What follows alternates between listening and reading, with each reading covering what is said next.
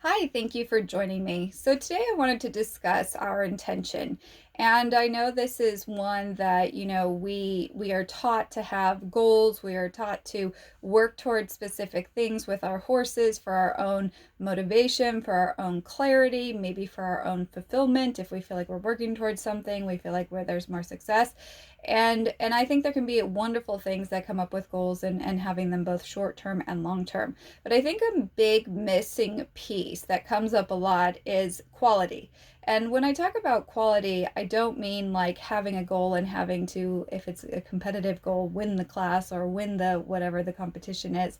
I don't mean like that, but I mean, is there quality along the journey of how we interact with our horse, how we're educating both ourselves and our horse, how the communication is happening between the human and the horse? And are we looking to say, let me break down all the pieces that I will need in order to work towards the big goal? And is there quality within each of those pieces? And I think this is a crucial part that's missing. It doesn't matter the discipline. It doesn't matter how many years you've ridden. It doesn't matter the type of horse you're riding. It doesn't matter if you're competitive or a pleasure rider. Without quality, we are being hopeful. And more riders than not tend to have a majority of their experiences with their horse being hopeful. So things that will come up will be like, I hope he doesn't spook at the plastic bag that's about to fly past us. I hope he loads into the trailer because we really have to get to the clinic, the event, the vet, whatever it is that's going on. I hope that my horse doesn't act up in the class or the warm-up arena with all the other horses or stimulus or chaos going on. I hope my horse doesn't jig on the trail ride because we don't get to go in whatever position we're used to going in. You get the idea. Many times people are often hopeful, and because we surround ourselves with other people who are hopeful, there's kind of this conversation piece that comes up where many riders are like, well, let's see what happens. And to me, this is sort of a mind blowing thing because we're getting on 1,000-pound emotional prey animals. And to just sort of feel like we're guessing or we're hoping that things work out seems to be a recipe for disaster. And many times people don't realize how close they are to having everything fall apart or to getting hurt.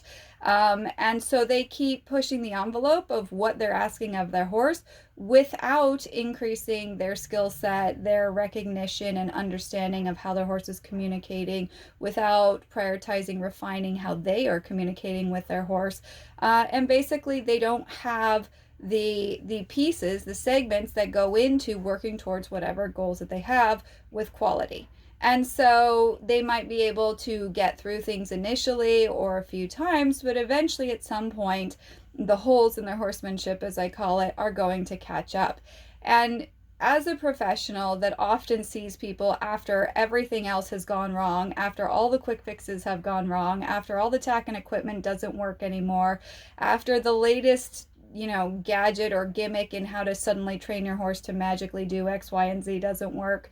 By the time people come to see me, they're often pretty open-minded because they're realizing that the shortcuts and the quick fixes and the glossed over, like we'll ignore that, yeah, the horse is a little fussy or fidgety or defensive or doesn't really want to be caught, or you can only do things in one way or another. And after years of ignoring all that and realizing that it actually all came to a head at some point and the horse erupted in maybe big, dramatic, potentially dangerous, unwanted behavior, and realizing a few things were missed along the journey, the biggest thing I have in the discussion with helping the human student learn how to sort of mentally reset from kind of how they've been conditioned to sort of be hopeful through all of their horse experience is really allowing them the permission to slow down and become present in the moment. I cannot tell you how many times, even just a student going to lead a horse, or maybe a student when they're mounting and they're swinging their leg over the horse's back,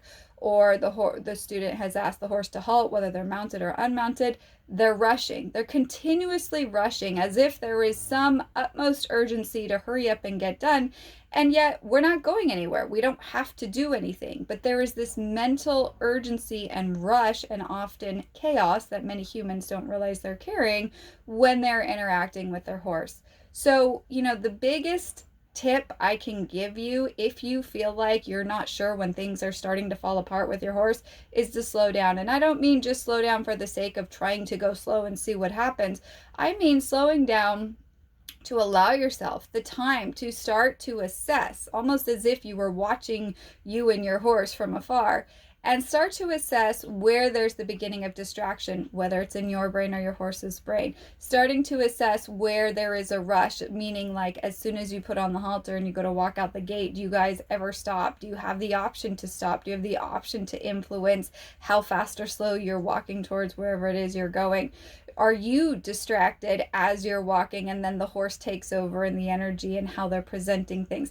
Each of these initial little segments, and of course there's a million more that follow between when you catch the horse and by the time you're actually getting on, they all influence the ride that follows. And too many people separate what happens initially on the ground with their horse from what is occurring in the saddle. And most of the unwanted behaviors or potentially dramatic or dangerous experiences riders have in the saddle all start with whatever was happening or not happening on the ground, and the interaction and the lack of quality that often is there because there is a familiarity, and this is how we catch, this is how we lead, this is how we tack up, and the whole time often neither the human nor the horse is actually mentally present. They're so familiar with going through the motions and patterns of how they do things that neither of them is actually really communicating or acknowledging what the other one is doing. And then if something unexpected happens or the pattern changes or whatever comes up,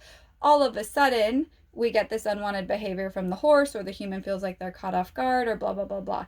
And none of this is all of a sudden. So the more we learn to slow down, that even though we may have a goal, or even though we may have a limited amount of time, whether it's due to season changes and limited daylight, or work things that we have to do and we can't really be with our horse as much as we want, or family commitments or anything else like that, the more that we learn to really slow down in the time that we have with our horse, we actually will have so much more quality in how the interaction occurs. And if there's quality experiences, we don't have to feel like we repetitiously are practicing the same thing mindlessly 50 million times, hoping at some point our horse understands.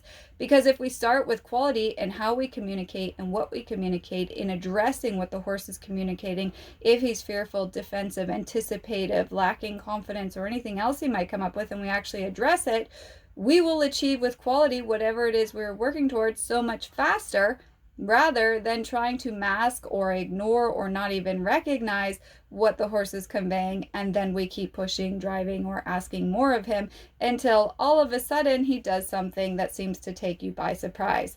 So if you can, think about the time that you have with your horse, think about where your intention is and how often that you may be hurrying, you may be rushing, and look for patterns, because the patterns equal often a mindless sort of interaction where it's the illusion of everything seeming fine until the day you change the pattern. Thank you for joining me. I'd love to hear your thoughts.